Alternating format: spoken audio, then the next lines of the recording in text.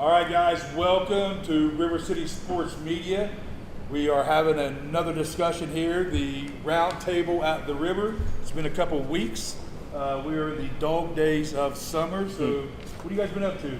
Anything good? Vacations, golfing? What's going on? I'm golfing, but not very well. Yeah. I mean, for me, it's well, Listen, there's a reason we pay to play and don't get paid to play. That's true. 7-on-7s. It was a busy week last week. Yeah, it was. We was all over the place. Big numbers coming out of the 7-on-7 snaps that we put out there Yeah, as well. yeah, right? man, absolutely. So huge kudos to everybody that tuned in and checked out the highlights we put in from the West Valley and Ironton 7-on-7. It was going on, huge numbers. So we thank everybody for that. Speaking of thanking everybody, we'll get back to vacations and all that good stuff. A quick recap on us. Thank you to our sponsors, the UPS Store, the Scioto River, and the Portsmouth Brewing Company, who makes this happen for us. So, and if you are interested in becoming a sponsor of River City Sports Media, make sure you reach out to us through social media, the Gram, hit us up on X, Facebook, for the old people that use Facebook. So, and get in contact with us, and we will get back with you so we can talk business and sponsorship. So 7-on-7s, we've been busy a little bit of downtime with River City Sports Media. But personally, Gavin, you've been doing anything, enjoying your summer, watching the Reds?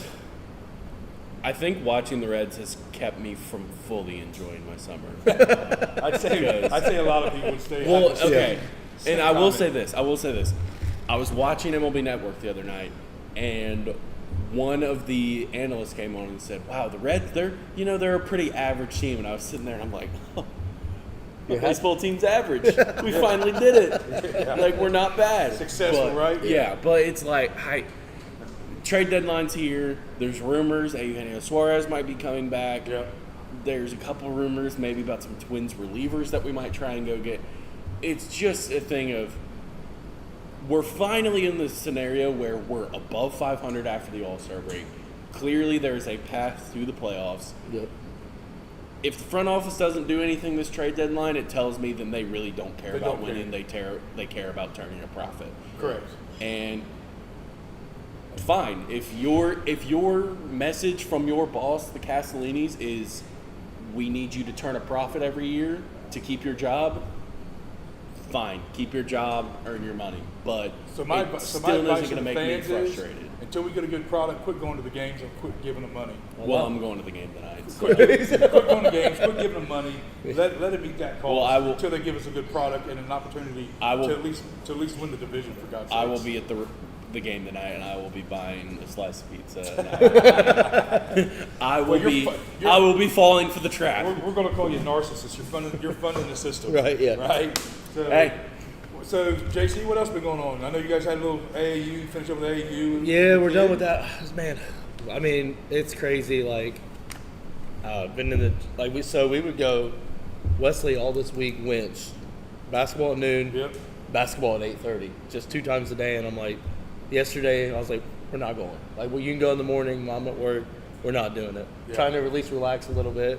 Went and swam in the pool. It was a good time. But 7-on-7s was fun, man. Tell you what, Eric Manley from Eastern, kid looks the part. Deal. Yeah, he's the real deal. He's Real 6'5", like 220. And I watched him drop one in the bucket. Even the West coaches was like, man, you couldn't have done that any better if you'd have went and handed him the ball. Like, it was, yeah. So Eastern will be another good season for them. Scuttlebutt, I'm hearing around Northwest has got maybe a stud quarterback. Do they? From what I'm hearing, yes. I've heard multiple high school coaches bragging about I don't know the kid's name. It slips my mind, but don't know what grade he's in, but has been talking about quarterback at Northwest. I hope that's true, because that is another team that can, like, kind of middle, lower half tier of the SOC. I'll tell you what. He's a good quarterback. He can come in and have a Here's the thing. big game. I said it. Yeah, I said it in our group chat earlier in the week. They may have. I don't know. Maybe I'm not putting in the group. They may have the best offensive line in the SOC. They do have a very, very good offensive line. Every year they have a couple just really good offensive linemen. So Armbruster is their tackle. He's not even their best lineman, in my opinion. Jackson Powell, not my words, no, someone else's words. Jackson Powell, he And then they said that Jackson Powell's really, really good. He's about a little smaller than Arn Brewster, but aren't we all except you? Exactly. And then they have another kid. I guess they went up. I was talking to Coach Crabtree, and he said that they went up to a Moorhead camp, and they was like, "Hey, we're gonna be keeping an eye on you." And he's like, "He might be our third best lineman." So like their line is, they always have big kids, but normally they don't have athletes that can move. Let's be honest about it. Oh, yeah. But yeah, so Northwest could be a sleeper. So hit him, pick him, Hines. What about your summer? How's it going? Just family time, playing golf. That's about it. Not too much. What about you? Fresh off the Bahamas? I am fresh back from Bahamas. Had a little vacation. My wife and I did. Nice little getaway. Needed that because working 6 days a week. Yeah. It's miserable. So yeah, so it's a nice little getaway. But I'm glad to be back. Glad that we're getting things rolling again. You know, dog days this summer. We got a lot of things going on. You got 7-on-7s with football. You got cross country that's going on. Golf's going on. You got girls volleyball's taking off. You got soccer. I mean, it's about to bust wide open. And kudos to those kids just putting the work in right now. So excited. Yeah, I mean, kudos to those kids just putting the work in right now in those dog days in the heat and so forth to prepare themselves for this upcoming season. And again, to give us a reason to show up on a Tuesday, Friday, Saturday, and get that coverage out there and let everybody see our athletes in this area. Right. Hey, speaking of that, we're gonna break down some schedules today, brother. We are going to break down some schedules. That is for sure. So the first team that we're going to talk about for football is the Wheelersburg Pirates. Yeah. Coming off a pretty good season last year. Yeah. Probably surpassed some expectations, I would say. Yeah. For some people, kind of a rough start for them, and then they kind of found their stride, started moving forward. And then made a decent run in the playoffs. Yeah, I mean, but here's the thing: if you're going to lose, you want to lose the state champs, right? Yeah, I mean, you're going to run in that buzzsaw, right? Yeah, they You did. Play them twice. Yeah, you played them twice. Yeah. I think for Wheelersburg, the moment they were dealing with a little bit of an identity crisis early in the season, and the moment that defined that was against Ironton earlier in the year. It was a close game early on. Wheelersburg had run the ball decently well against a good Ironton team. And then there was a moment, it was like a 2nd and 9. It wasn't anything out of the ordinary. Wheelersburg comes out in a 5-wide spread set, and the line got beat off the snap. Rucker rolled out, threw it crossbody, got picked 6, and I'm just like I was sitting there watching it like, oh boy. Yeah. And I think they kind of tied it in for the rest of the season. It was very ground and pound heavy. Yeah. Mixing in the pass to keep teams off balance. I think if they stick with that identity, they can be really good this year. And I think in that game, the first time they played Ironton, I thought the first half that Terry was there. Yeah. The second half, Terry was there. Yeah. Second half, scary Terry showed up. But we balled out. But we had seen we had seen the highlights from the 7-on-7s and all this kids going initially to Notre Dame, and I'd heard Wheelersburg. I was at the game. I heard Wheelersburg people say before the game, no way this kid is as good as advertised. Yeah. And about halfway through the third quarter, they're like, he's good. So I I was standing in the end zone. There were some guys there. They weren't there to watch either team. Yeah. They were there to see Terry. Yeah. They drove 2.5 hours man. to watch because this kid was a Notre Dame commit. He's going to Missouri, right?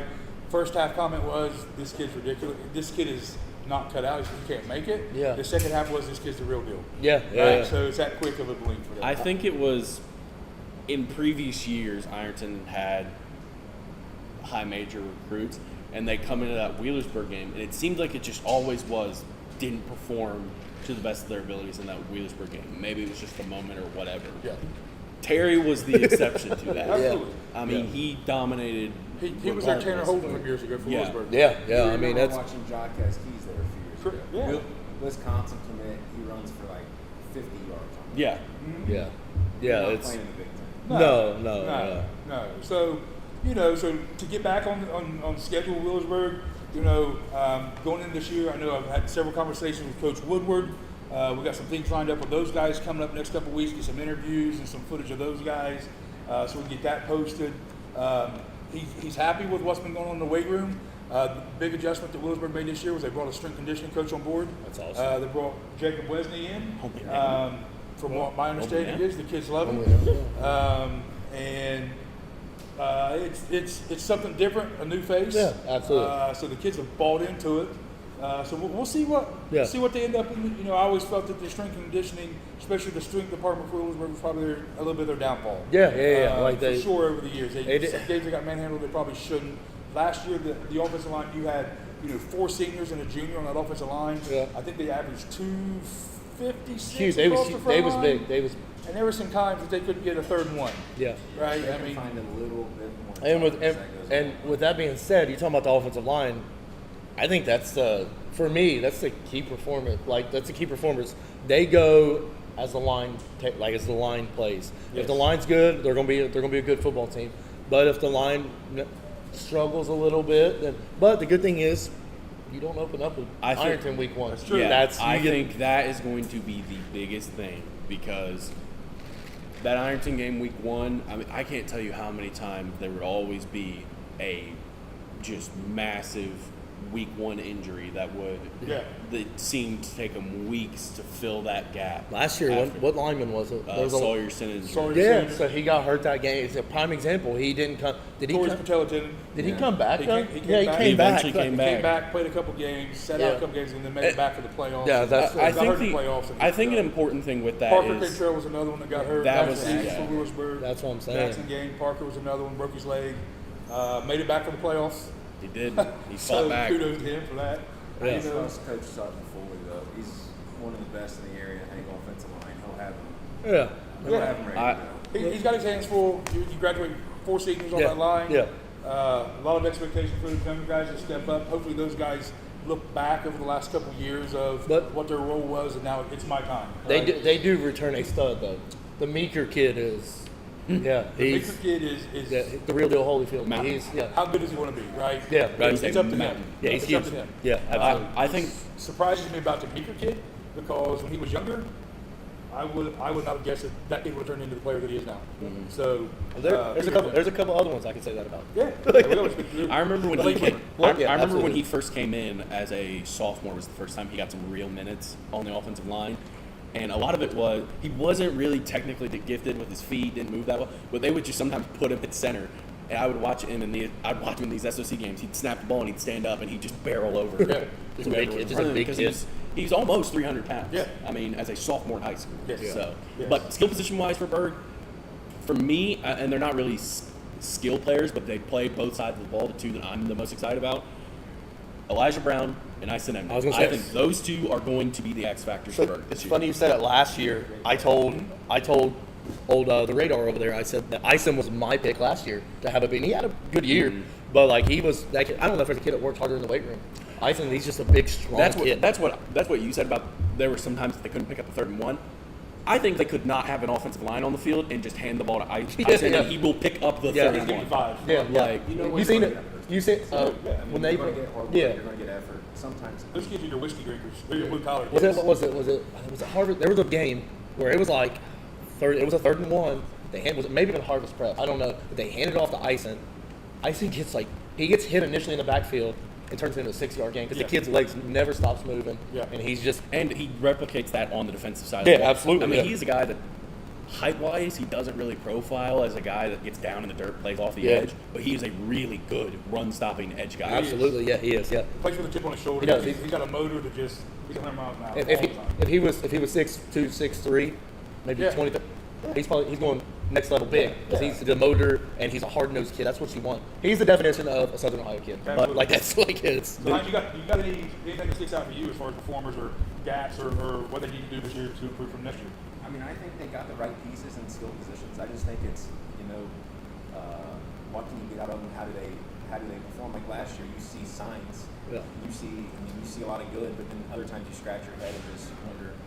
I don't know. I trust Rob fully though. I think he puts him in every position to succeed. Yep. I think he'll be fine.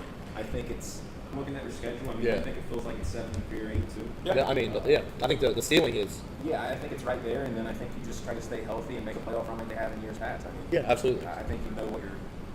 So for me, going into the season for them, I guess the one thing I want to see out of the growth for those guys is Rutherford. Yeah. Yeah. Or are they going to make a change early and go with Jack Dorr? Hey, So listen. you got Jack Dorr that's right on his heels. Love that kid. Love that kid. And- We talked about him during track season. Exactly. He's got that little moxie about him. He's got that swagger. He does. He really does. And But for Rucker, for me, it's Rucker's job to lose. Yeah. I really want to see the maturity out of Rucker. I haven't seen him. I know it's hard for a kid like that who's AAU basketball to fully commit all the time in the weight room, which needs to happen, which will help him benefit football and basketball wise. The thing I'm interested to see, because they've been able to throw it against the teams in the SEC that aren't really that great against defending the pass. Code against teams I can code against. That's why I want to see them throw the ball in the big games. I mean, Ironton, both games, they didn't really throw the ball that well. At McNicholas, they didn't throw the ball that well. Yeah, it's been like that. I mean, how many touchdowns have they scored, though? And that's kind of been the thing with Lewisburg. You know, they're a juggernaut in SOC games, but in the big conference games the last few years, I mean, how many points are they averaging? They struggle. They struggle with competition stuff. I know. Yeah, here's it's now or never for Rucker though. Yeah, I have faith in Rucker. I think he has a good year. Yeah. It's now or never for Rucker. It is. It is.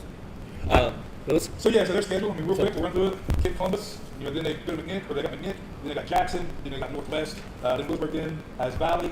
Then the Ironton game, which got moved, is as we mentioned a while ago. Week 6. So that could be a double-edged sword. Do you get Ironton early beginning of the season, or now are you basically the machine of I've had 5 weeks of preparation and get better? And Ironton's going to go through a gauntlet the first 5 weeks because they have struggled to find teams to put on their schedule so much so that they're going states away to find people. Yeah. So you got week 6, Ironton, which if you see that is at Lewisburg again. Yes. Yeah. Back here, we'll switch to week 6. Yeah. Then Lewisburg has Oak Hill, Waverly, Linford. Of course, they will finish up with portion of West and their SEC schedule. So 7-3, 8-2. You never know what you can get out of Jackson. I think I like an 8-2 pick because I just don't know about the Jackson game or the McNick game. Both higher division teams, but I'm pretty sure both of those Jackson and McNick teams were pretty senior heavy last year. Yeah. I mean, obviously when you're a higher division team though. I know Jackson lost their stud. He's actually playing at West Point. Yeah. The Johnson kid's playing at West Point. But 2 years ago, they're going to struggle. They lost the Cade Wolford kid, and he's at Kent State, and they lost a quarterback, and then they turned around and they did what? Big school. You have a lot of kids. You have So we can all agree that we think that Ironton's the one. Yeah, he goes through Ironton. Whether it's 7-3 or 8-2. Yeah, I think anywhere else, that's a great year. Lewisburg, you're not happy with 7-3. Absolutely not. That's it is what it is. No. I think it's going to be a lot of how do they play in that McNick and Jackson game. If they win both of those games, we can talk about something maybe happening on that Ironton. Yeah, especially with it being at Wheelersburg. Hey, gotta stay healthy. I know they got some younger kids. Brody Wilson's a kid that We lost Owen Wilburn. Owen's one that got some high expectations as a kid coming as a sophomore. Yeah. You know that should be able to give them stuff. So they've got some younger kids that you'll see probably get the opportunity. Yeah, absolutely. So they'll have to step up and prove themselves. So again, I think 8-7-3 conference. I mean, is there a doubt that they don't win the conference? Or is there going to be? Well, that kind of leads into the next team that we're going to talk about, Valley. Correct. I think if there's a team that, because every year it seems like Valley, they have a few kids here and there, but they just can't put it together. By the time they got to the Wheelersburg game last year, their offense had really devolved down to a read option between Anthony Aaron and Aiden Luxell. So and they lost Gabe McNeil. In my opinion, might be the best player in the SEC. They lost him. They lost the one of their linemen had broke his hand. So what had happened was, I think it was before the Wheelersburg game, they put a cast on it, and somehow his hand got shut in the door, and it broke the cast, so he wasn't able to play. So they were so banged up last year, and with you asked Waddell to play quarterback, and he's the best athlete. He's great. He's going to Sean Lee for track. He's a great athlete. They didn't have, and I remember because I was stat keeping while I was calling that game last year, they didn't have a run play that didn't go to Aaron or Waddell until the fourth quarter, where they finally completed a pass to someone not one of those two. Probably Braxton Conway. I don't remember who it was. Yeah. It was the easiest stat keeping game I've ever had, ever. So key performance for them. McNeil and Aaron are the X factors. Well, for me, I think it's offensive line. Once again, offensive line. Now we've seen it. I seen it at Ironton. Dude, this is going to come as a surprise to you guys. Their offensive line, they did a tug of war against Ironton, and they beat Ironton in a tug of war. Their offensive line. So that tells you that the kids have been working. Yeah. And they're young. They graduated a couple kids, but them younger kids are hungry. They're ready to go. And I think that they're going to be running heavy. But here's the thing: What SEC was it? Exactly. So, but if Conway's a quarterback, he's a really good athlete. They're having a competition with him and Hunter Cunningham. If Cunningham's there, it's going to be more. He's not the athlete that Conway is, but two different, but he's smart. So I think that if Conway's there, it's going to be RPO, a lot of misdirection, get you going one way, run it back the other, and they just have to stay healthy. And I'd agree. Coach Thompson out there, who's been in the weight room, they have a fantastic facility out there as well. They've been happy with the performance. They've seen how these kids has been showing up. Numbers is pretty good for them. Oh, they're almost 45 kids. Yeah, that's great for these six. Yeah, so you can see there were over 40 kids that come out. Very consistent in the weight room. They like the progress they've seen. Had some younger kids as well who have stepped up and Coach I want an opportunity, and I'm here proving myself in the weight room to get an opportunity to actually go through. I think Nolan does a fantastic job. I really do. I think he does a good job on the offense. I think he knows what he's got. I think he knows his strengths and weaknesses. I think they'll have a good year. I know he's excited about it. He's put together a good staff. I think Valley is a fun team to watch. I'm really excited. I think their linebackers, in just watching the 7-on-7 that I was able to, Nick Queen and Blake Lundy, those two are always talking, checking. I would watch Greenville McLean team they were playing come out of the huddle before they're even set where they are. there calling out checks, moving the corners, telling the safeties either to roll in or draw out. Yeah, here's the thing. Blake is only a junior. But Both of them are. Yeah, well, yeah, but Blake is a 3-year starter. They threw him out there as a freshman against Portsmouth. He had like 17 tackles as a true freshman. And he's just, kid never says nothing. He's not flashy. I mean, he does all, like, he's just hard-nosed. Switch up with lunchbox. But if you know his dad, Oh, I do. his dad was a pretty good player. See, I think there's a lot more variance though, and they're, Wheelersburg getting penciled in 7 3 8. Yeah. And I think Valley could be, I think their ceiling could be really high. I think it'll be interesting to see what they do. So you talked about Anthony Aaron. Last year, he only started 6 games, had 168 carries for 902 yards and 8 touchdowns. And that was their quote-unquote backup to Gabe McNeil. So you had him the year before that, Gabe had 188 carries for 1,048 yards, 32 catches, and 270 yards. So you got almost over 2,000 yards of all-purpose offense you're bringing back. Yes. So that helps. I think one thing we didn't talk about this with Wheelersburg either, and it's an advantage that both Wheelersburg and Valley have. Both of those teams have really good kickers. Yeah, very good kickers. That's a good point. Both of them are D1 kickers. I think both of those teams have a guy that from 45 and in can make anything with ease. I think which is a huge deal, especially in some of these SOC games that can kind of get messy and Sloppy. sloppy. Jalen- Sometimes you're just not able to punch in a drive. You can come away with points. Yeah. Jalen Bender broke the record last year. I think against Cold Grove, he had a 46-yarder, and then turned around and kicked a 47-yard game winner to break his record against Northwest. And so he's kind of put all his eggs. He's not playing soccer. He's just But he's all his eggs in that. Yeah, absolutely. Good for him. And I think he has a great year. He's opportunity at the next level. Because there's been a lot of really good kickers in this area. Yeah. It seems like a lot of people look forward to this conversation about Southern High Sports Period, right? Absolutely. So schedule-wise, guys, we got Valley has Penn Valley, they have Fayetteville, Perry, Fighton, Waverly, Willersburg, Northwest, Portsmouth West, Oak Hill, Grandview Heights, Week 9, and then they finish up with their 10th game of the season SOC game with Memphis. I think a lot like Bird, it's going to come. I think Piketon kind of their early, Piketon and Wheelersburg are their early kind of litmus test games of where are they, because Piketon will be a pretty good team, but I think they match up decently well against them. Wheelersburg's obviously going to be Wheelersburg, so I'm interested to see how they play that. And then late in the season, when they finally hit their stride, it's kind of, you don't have the excuse of, oh, it's early in there, it's weird. Grandview's going to be a good team. Grandview Heights went, I think, Elite Eight last year. Yeah, Grandview's going to be good. Their running back's going to Indiana. He's a 4-star recruit. Ower, I think his name. He's a really, really good player. Like 6'2", like 235. Grown man. So that one's, unless he can transfer like Old Country or something, which would be cool. But That Grandview game's going to be interesting because by that time, Valley could go. They're going to Granville, right? Yeah, they gotta go back. They go back. Valley could be going into that game and be what 8-1, 7-2. I think they could be 8-1. But obviously, that's a good stretch. I They- think Waverly Wheelersburg is going to be interesting. that's gonna be the season defining stretch because you're gonna have 2 games under your belt. You got to be able to go in and win. At least, in my opinion, you got to win 2 of those games. You should be 2-0 going into. I think Payne Valley, they're struggling right now. I think they got different coach, and they lost school's all-time leading rusher in the Robertson kid. Yep. And then Fayetteville Perry just, that's a Smashing. should be a tune-up game before going into Platinum. So I mean, I think 6-4 could be. I think that's a pretty good. I'm going to give him. I think they do. I think they do. I got a lot of faith in Coach Crabtree, though. I think they. Is that how his hits? Yeah, I do. You like over 6? I think Okay. they'll win 7 games. That'll be huge. I'm going to go with that too. I'm going to as a 7-3. I think they definitely have to go Payne Valley, Fayetteville. They're going to be Piketon. Yep. I'm going to call Waverly. They beat Waverly. Oak Hill, Memphis, and then to me it's a toss-up between the West and Northwest. And They had West beat last year. My prediction is they win 6 games. But along with that, I think they make a deep playoff run. Yes, that would be. Yes, that would be. I think they make a deep playoff, regardless of their regular season record. If they can win enough games to be a middle of the road seed and not have to go play a 1 or 2 seed that first week, I think they'll be good. Yeah, I agree. I'd love to see it. I'm going for Valley this year. I think after the season. Yeah, absolutely, 100%. So kind of beats us into another SOC school. It's on schedule for the West. Last one we're going over today. Let's get into it. Like it's. So who right now performance top performers that we're looking forward to for Westminster? So I think obviously the easy answer is Anthony Bishop, but I'm going somewhere else. I have different myself. I think Ray Nikens. Is that where? Okay. I do it myself. Yes, I think Ray Nikens. Because I was talking to Coach Gillen over there, and they're playing Eastern, and Eastern playing obviously in 7-7, like Yeah. cover 2. And they so he goes and he said, can you just line it up the 24 real quick? And he's like, he said in this situation we just throw it like a little double screen BA, and he's not going to tackle. So I think Ray Nikens is going to be a big part of their offense. I do. I think he's going to be a big part of their offense. So for me, I want to see the Hawk kick. Yeah. Right? I want to see what the Hawk Brody, kick. yeah, I want to see what the Hawk kick does this year. He picked up. I've seen him. He's put on some weight. What the muscle looks like. Again, I want to see his maturity side of things. See how he handles. Yeah, a little bit of stuff. diversity. Yeah. I thought last year he had a lot of room for growth. Yeah, absolutely. The other kid for me that I'm anxious to see I like that. is the backup kid's freshman. That's coming in. Him get an opportunity to play on the defensive side of the ball. They had to move it outside linebacker. They had to move safety. So that's 7-7. That 7-7 was that he threw a deep ball, he tracked it. And like he was went up, got it. I'm like, who was that? They said it was Radcliffe. Oh, checks out. Yeah, we watched him last year in junior high. Yeah, He's ready to play now. I think the freshman ready to play now. Talking to his dad from last year, he's ready to freshman. He's 22 pounds. Yeah. He's had to put away room. He's working hard. I think to me that's the kid who somewhere for West.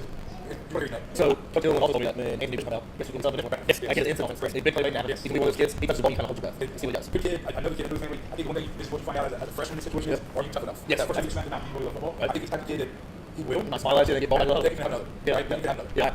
I think Best will be